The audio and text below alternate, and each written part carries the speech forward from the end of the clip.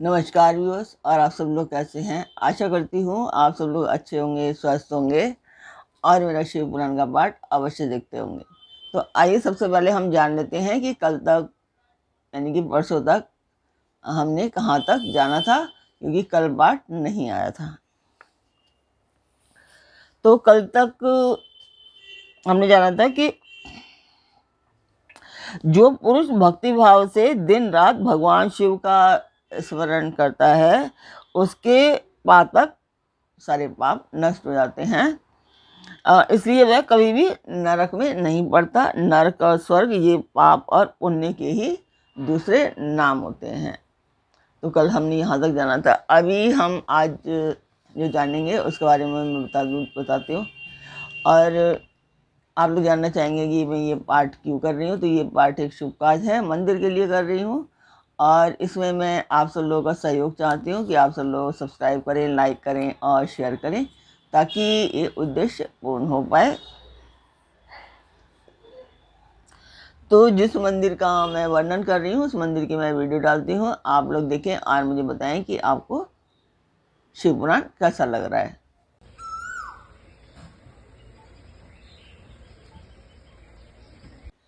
तो मंदिर की वीडियो आपने देखी, आपको पाठ कैसा लग रहा है कमेंट बॉक्स में मुझे अवश्य बताएं। तो अब हम चलते हैं आज के पाठ पर। स्वागत करती हूँ मैं आप सभी का अपने इस कार्यक्रम शिव पुराण में। शिव पुराण की कोटि रुद्र संहिता चल रही है। कोटि रुद्र संहिता नहीं है, अभी उमा संहिता चल रही है।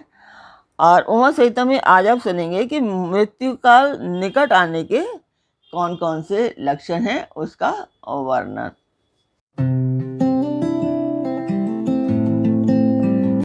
तो जैसा कि आप सभी लोग जानते हैं कि सनत कुमार जी कथा सुना रहे हैं और व्यास जी सुन रहे हैं। व्यास जी उनसे सवाल भी करते हैं कई बीच बीच में।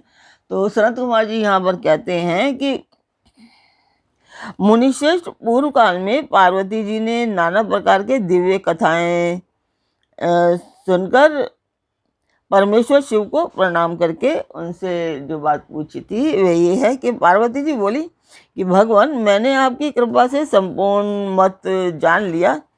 देव जिन मंत्रों द्वारा जिस विधि से जिस प्रकार आपकी पूजा होती है वह भी मुझे ज्ञात हो गया, किंतु प्रभु अब भी एक संशय रह गया है। वह संशय है कि कालचक्र के संबंध में देव मृत्यु का क्या चिन्ह है, आयु का क्या प्रमाण है। नाथ, यदि मैं आपकी प्रिया हूँ तो मुझे ये सब बातें बताइए। तो महादेव जी ने कहा कि प्रिय, यह यदि अकस्मात शरीर सब ओर से सफ़ेद या पीला पड़ जाए और ऊपर से कुछ लाल दिखे तो यह जान लेना चाहिए कि उस मनुष्य की मृत्यु 6 महीने के भीतर हो जाएगी। शिवे, जब मुंह, कान, नेत्र और जीवा का समन हो जाए तब भी 6 महीने के भीतर मृत्यु जाननी चाहिए। भद्रे, जो रुरु मृग के पीछे होने वाली शिकारियों की भयानक आवाज़ को भी जल्दी नहीं सुनता, उसकी मृत्यु भी 6 महीने के भीतर ही जाननी चाहिए। जब सूर्य, चंद्रमा या अग्नि के सानिध्य से प्रकट होने वाले प्रकाश को मनुष्य नहीं देखता, उसे सब कुछ काला काला अंधकाराच्छन्न ही दिखाई देता है, तब उसका जीवन 6 मास से अधिक नहीं होता।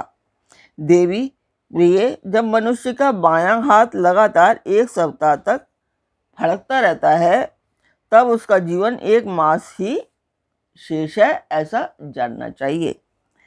इसमें संशय नहीं है। जब सारे अंगों में अंगड़ाई आने लगे और तालू सूख जाए तब वह मनुष्य 1 मास तक ही जीवित रहता है।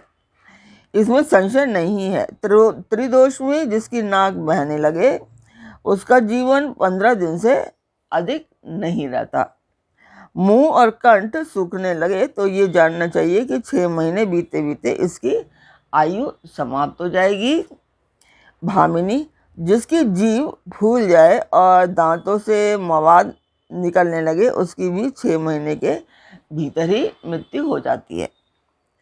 इन चिन्हों से मृत्यु काल को समझना चाहिए। सुंदरी, जल, तेल, घी तथा दर्पण में भी जब अपनी परछाई ना दिखाई दे या विकृत दिखाई दे तब कालचक्र के ज्ञाता पुरुष को यह जान लेना चाहिए कि उसकी भी आयु 6 मास से अधिक शेष नहीं है।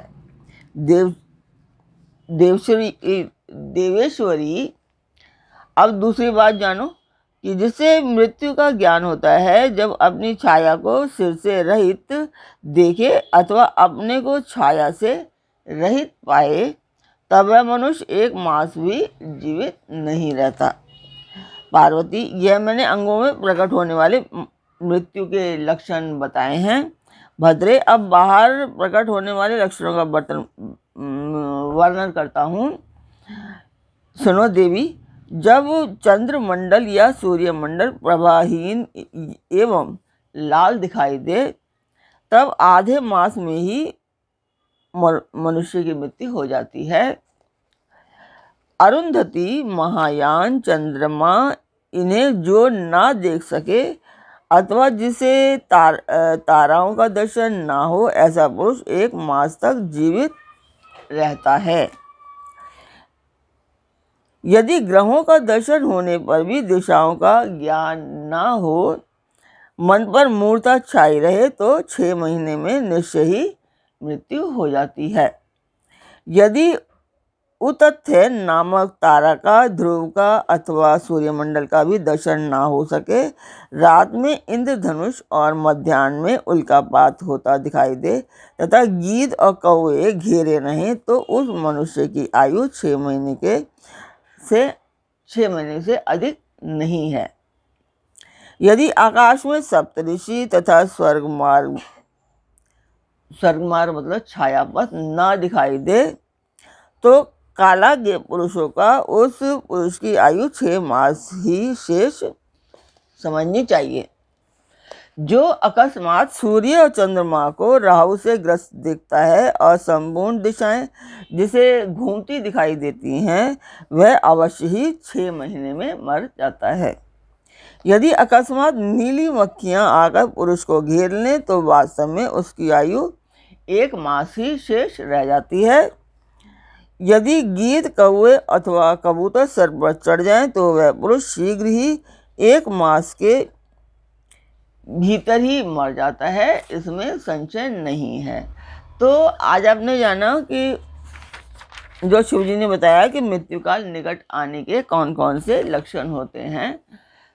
तो आज का पाठ मैं यहीं पर पूर्ण करती हूँ। कल फिर मिलेंगे एक नए पाठ में, एक नई उमंग, एक नई तरंग के साथ। तब तक के लिए आज्ञा दीजिए। ओम नमः शिवाय। जय माता की।